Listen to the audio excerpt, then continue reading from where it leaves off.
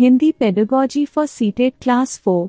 जो क्वेश्चंस हैं वो इस तरह के क्वेश्चंस बहुत बार रिपीट होते हैं, पेपर में आते ही हैं, क्योंकि सिलेबस जो है वो चुनिंदा है, उतने ही कॉन्सेप्ट्स हैं, ना नेगेटिव मार्किंग है, थोड़ा बहुत भाषा में फेरबदल करके वही क्वेश्चंस आपको देखने को मिलते हैं, चाहे वो हिंदी पेडागॉजी हो चाहे वो इंग्लिश पेडागॉजी हो। फर्स्ट क्वेश्चन देख लेते हैं।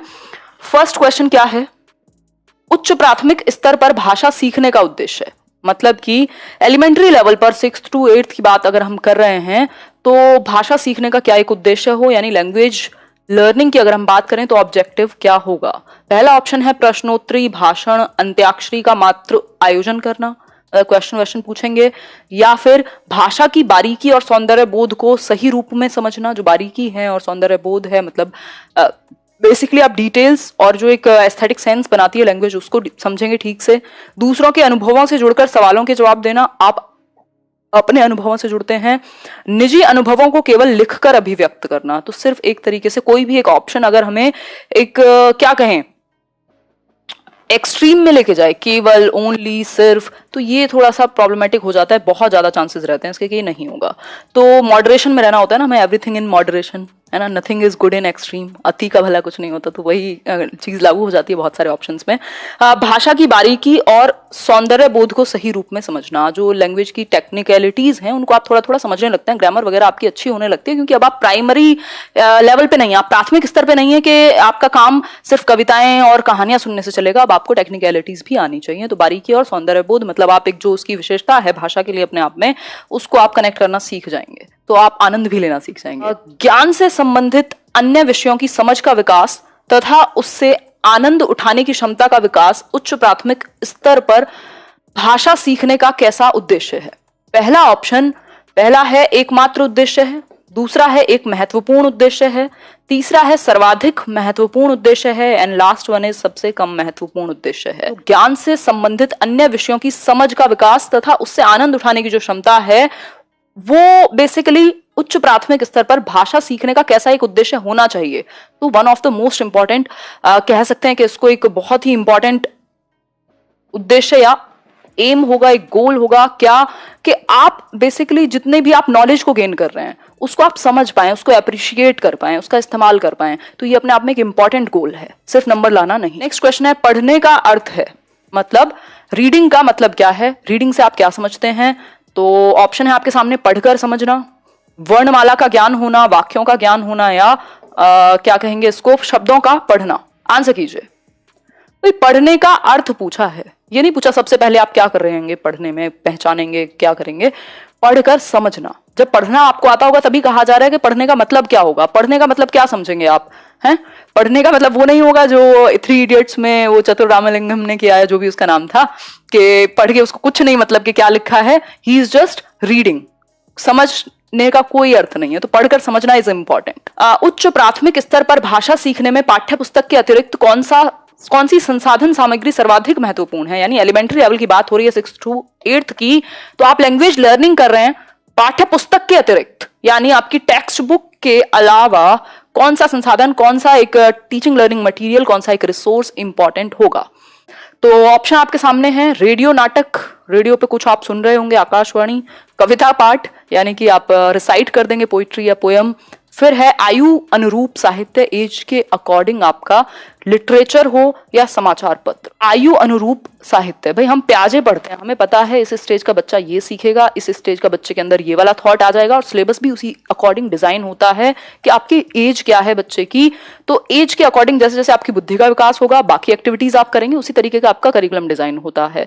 तो आयु अनुरूप साहित्य यानी कि जो एज एप्रोप्रिएट लिटरेचर है, क्योंकि बात भाषा की हो रही है, तो पाठ्य पुस्तक के अकॉर्डिंग अगर हम बात करें तो साहित्य क्या अपने आप में एक ऑथेंटिक रिसोर्स है, जैसा कि सीटेट पूछता भी है, और आपकी समझ को बेहतर करता है, ओवरऑल अंडरस्टैंडिंग, आपकी बुद्धि का विकास और 500 चीजें अच्छी होती हैं, आप एप्रिशिएशन सीखते हैं भाषा का, आप सोसाइटी से जुड़ते हैं, आप संस्कृति से जुड़ते हैं उस एक भाषा की, तो that is important. C option होगा इसका सही आंसर। गणित, विज्ञान आदि विषयों के कक्षाओं में भी बच्चे भाषा सीखते हैं, मतलब अगर मैथ्स की क्लासरूम है, साइंस का सेशन चल रहा हो, आपका क्लास हो, ऐसे विषयों में भी आप क्या है भाषा सीख रहे होते हैं।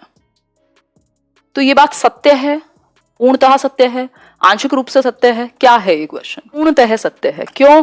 क्योंकि लैंग्वेज अक्रॉस करिकुलम हम लैक पढ़ते हैं, इंग्लिश में भी और हिंदी में भी यही बात काम आती है कि भाषा क्या है, बेसिकली वो एक डिफरेंट चीज है कि एक भाषा का आप इस्तेमाल करें हर एक सब्जेक्ट के लिए। तो उसी तरीके से अगर आप एग्जाम्पल लेते हैं, अगर आप मैथ्स पढ़ रहे हैं, आप साइंस पढ़ रहे हैं, तो किसी ना किसी भाषा के माध्यम से पढ़ रहे हैं आप।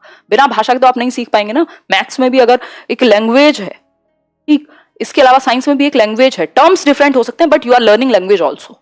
तो इसलिए आंसर क्या है, ए ऑप्शन। उच्च प्राथमिक स्तर पर पाठ्य पुस्तकों में हिंदीतर भाषा को ही जगह मिलनी चाहिए ताकि बच्चे, मतलब जो हिंदी से रिलेटेड भाषाएं हैं उसका इस्तेमाल हो पाठ्य पुस्तकों में एलिमेंट्री लेवल पर भी। इससे आप क्या समझते हैं, क्यों ऐसा क्यों होना चाहिए? इस एक बात के पक्ष में आपको अपने आंसर देने हैं।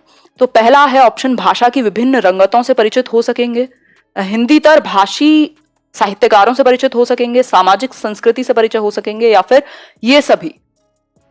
सही है, डी बिल्कुल सही बात है। सारी ही चीजें ठीक हैं। यदि हम बात करें उच्च प्राथमिक स्तर पर, तो पाठ्य पुस्तकों में जो हिंदीतर भाषा है उसका इस्तेमाल क्या है, आपकी जो भाषा अलग अलग परिस्थिति में कैसे यूज होगी हिंदी, साहित्य कार्य जो हिंदी के हैं उससे आप लिटरेचर से परिचित होंगे, और सामाजिक संस्कृति भी भाषा की आप जुड़ते हैं जब आप उस एक लैंग्वेज को पढ़ते हैं। यदि आप इंग्लिश लिटरेचर पढ़ते हैं तो आपको पता लगेगा भाई 20th सेंचुरी में क्या स्थिति थी, वुमेन राइटिंग कैसी थी, ये था वो था, तो 50 तरह की चीजें जानते हैं आप उस एक समाज, उस संस्कृति के बारे में भी। ठीक, तो लैंग्वेज क्या है, इन्फ्लुएंस करती है आपके थॉट को। बच्चे भाषा तब बेहतर तरीके से सीखते हैं जब, बच्चे भाषा कब बेहतर तरीके से सीखेंगे?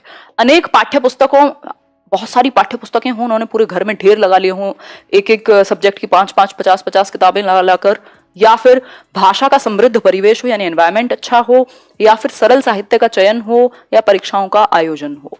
तो बिल्कुल ये बात हम हमेशा ध्यान में रखेंगे। इसी क्वेश्चन को मोल्ड करके दे देगा, खेलेगा आपके साथ, क्या थोड़ा सा ट्विक करेगा और कहेगा कि भाषा अर्जन और भाषा अधिगम में मुख्य अंतर क्या है। 4 ऑप्शन सेम होंगे, पाठ्य पुस्तकें भाषा की, या फिर समृद्ध परिवेश, या फिर साहित्य, या फिर ये। तो आपको पता है भैया सबसे इंपॉर्टेंट परिवेश है। ठीक, तो चाहे अर्जन और लर्निंग में, मतलब अर्जन और अधिगम की बात हो, चाहे ये आपकी बात हो कि बेहतर तरीके से कब सीखेंगे, तो जब एक्सपोजर मिलेगा उनको एनवायरनमेंट में, जिस भाषा सबसे बेहतर आप उस एक परिवेश में सीखते हैं। उच्च प्राथमिक स्तर पर भाषा आकलन की दृष्टि से सर्वाधिक महत्वपूर्ण है। भाई उच्च प्राथमिक स्तर पर अगर हम बात करें लैंग्वेज असेसमेंट की, आप असेस कर रहे हैं बच्चों को, जानने की कोशिश कर रहे हैं उन्होंने कितना सीखा। ठीक, इस स्थिति में अवलोकन सबसे महत्वपूर्ण होगा, यानी ऑब्जर्वेशन, जांच सूची, साक्षात्कार यानी इंटरव्यू, या फिर लिखित परीक्षा। अवलोकन ना ना ना, जांच सूची। Observation is a good way, but अगर हम बात करें सर्वाधिक महत्वपूर्ण, तो आप चेकलिस्ट बना सकते हैं जिसमें ऑब्जर्वेशन शामिल होगा। मतलब कि आप ऑब्जर्व करते हैं चीजों को कि बच्चा का इमोशनली जो वो बिहेव करता है सिचुएशंस में वो कैसा है, सामाजिक रूप से जब वो खेलेगा तो उसका व्यवहार कैसा है, भाषा का इस्तेमाल कैसा है चीजों को आंसर करते हुए। तो बी जो है इसका ज्यादा बेहतर आंसर है और बोर्ड भी यही मानता है। ठीक, तो क्योंकि इसमें ऑब्जर्वेशन शामिल है, तो बी ऑप्शन इसका सही आंसर हुआ। ए गलत नहीं था बट सही भी है। द्वितीय भाषा की पाठ्यचर्या का एक लक्ष्य है प्राकृतिक भाषा ज्ञान में अर्जित दक्षता के अनुरूप डैश दक्षता प्राप्त करना। यानी कि जो दूसरी लैंग्वेज है आपकी, दूसरी लैंग्वेज का जो करिकुलम है उसका एक उद्देश्य, उसका एक लक्ष्य, उसका एक एम होना चाहिए प्राकृतिक भाषा ज्ञान में अर्जित दक्षता के अनुरूप। मतलब जो नेचुरली आप भाषा का ज्ञान है जो आप एक्वायर कर रहे हैं उसको, उसके उस एबिलिटी के अनुरूप, उसके अकॉर्डिंग कैसी दक्षता प्राप्त करना। तो ये आपको पूछा है, दूसरी भाषा की बात हो रही है, पहली की नहीं हो रही। तो आप बेसिक्स को भूल नहीं सकते। बताइए एक बार, उच्च है, सर्वोच्च है, औसत है या बुनियादी है? आंसर इसका बुनियादी होगा। ठीक, बुनियादी होगा, यानी बेसिक जो दक्षता है, एटलीस्ट बेसिक स्किल्स आप लैंग्वेज की एक्वायर कर लें अगर हम सेकंड लैंग्वेज की बात कर रहे हैं। क्वेश्चन नंबर 10 है और ये है लास्ट। भाषा के विभिन्न कौशलों को डैश रूप में पढ़ाने की अनुशंसा की जाती है। मतलब आप किस चीज की वकालत करेंगे? जो विभिन्न कौशल हैं, जो आपकी डिफरेंट स्किल्स हैं, 4 लैंग्वेज की भाषा कौशल हैं 4, उनको किस तरीके से पढ़ाया जाना चाहिए? तो है क्रमिक, एकीकृत, उच्च या फिर निम्न। आंसर क्या होगा? सीक्वेंशियल, क्रमिक। LSRW को एक सीक्वेंस में सिखाने की बात की जाती है। हालांकि ये सीखे कैसे जाते हैं? तो इंटीग्रेटेड मैनर में, एक दूसरे से जुड़ करके। बट बात हो रही है आपको कैसे पढ़ाने हैं, तो एक सीक्वेंस में आप जाते हैं। पहले लिसनिंग यानी सुनना, फिर बोलना, फिर लिखना, पढ़ना और फिर लिखने पर जोर रहेगा।